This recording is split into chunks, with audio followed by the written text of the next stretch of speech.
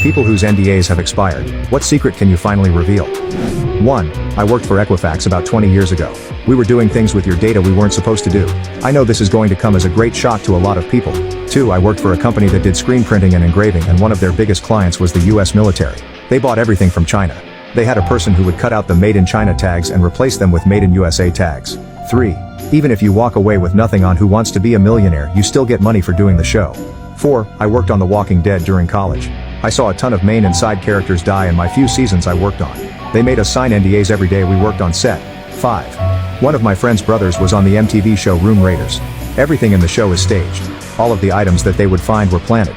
At the end of the show, the prize was not a date with the girl that he picked. He just got her phone number.